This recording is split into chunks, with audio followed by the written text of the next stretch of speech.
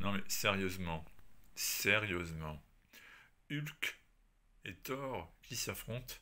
Alors il y a une raison à ça, puisqu'on fête l'anniversaire des deux personnages, 60 ans d'existence pour le dieu nordique et pour le géant vert surdopé au rayon gamma.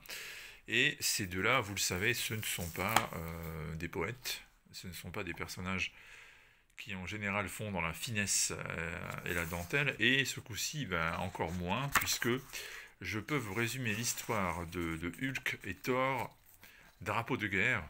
Alors, Drapeau de guerre, c'est un titre pas très subtil en français, parce qu'en fait, en VO, il y a le jeu de mots, bien entendu, Banner of War, le jeu de mots avec Bruce Banner, le nom du scientifique qui devient Hulk.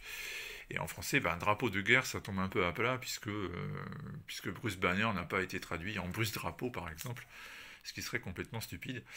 Et donc, du coup, ben, on perd un peu le jeu de mots.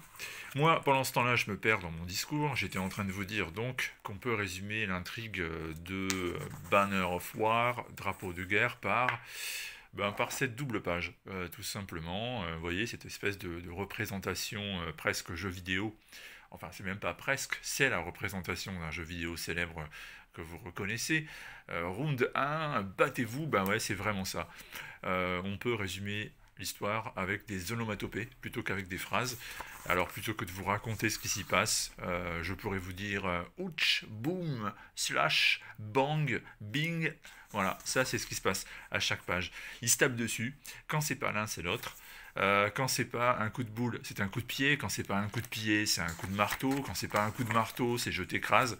Et quand c'est pas je t'écrase, c'est je t'éviscère. Mais en tous les cas, ils se tapent dessus, ils se battent. Ne cherchez pas à comprendre, il n'y a rien à comprendre.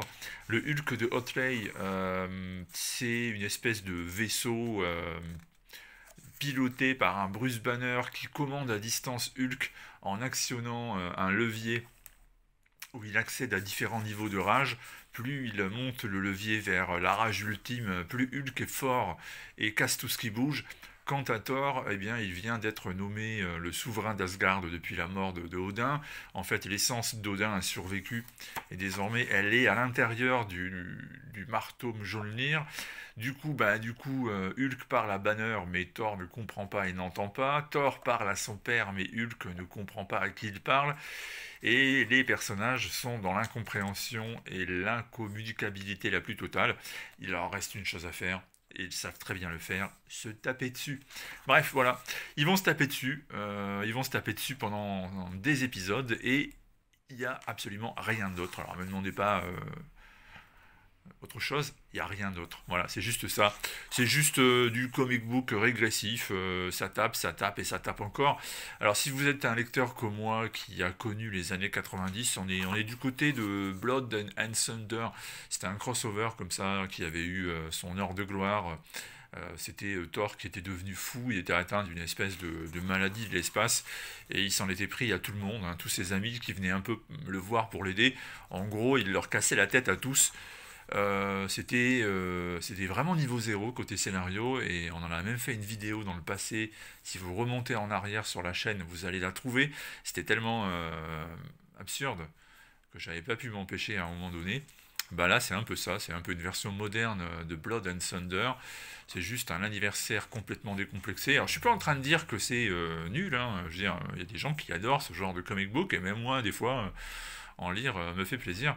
C'est juste qu'il faut bien comprendre que si vous croyez qu'à l'intérieur de Drapeau de guerre, vous allez trouver quelque chose de remarquable qui va faire avancer la continuité des deux personnages et que ces épisodes contiennent des moments qui vont marquer la carrière éditoriale de l'un, de l'autre ou des deux, eh bien, c'est peut-être pas la peine d'acheter l'album. C'est juste, je le répète, juste de la baston. Encore, toujours, totalement décomplexé. C'est les années 90 qui reviennent puissance 10.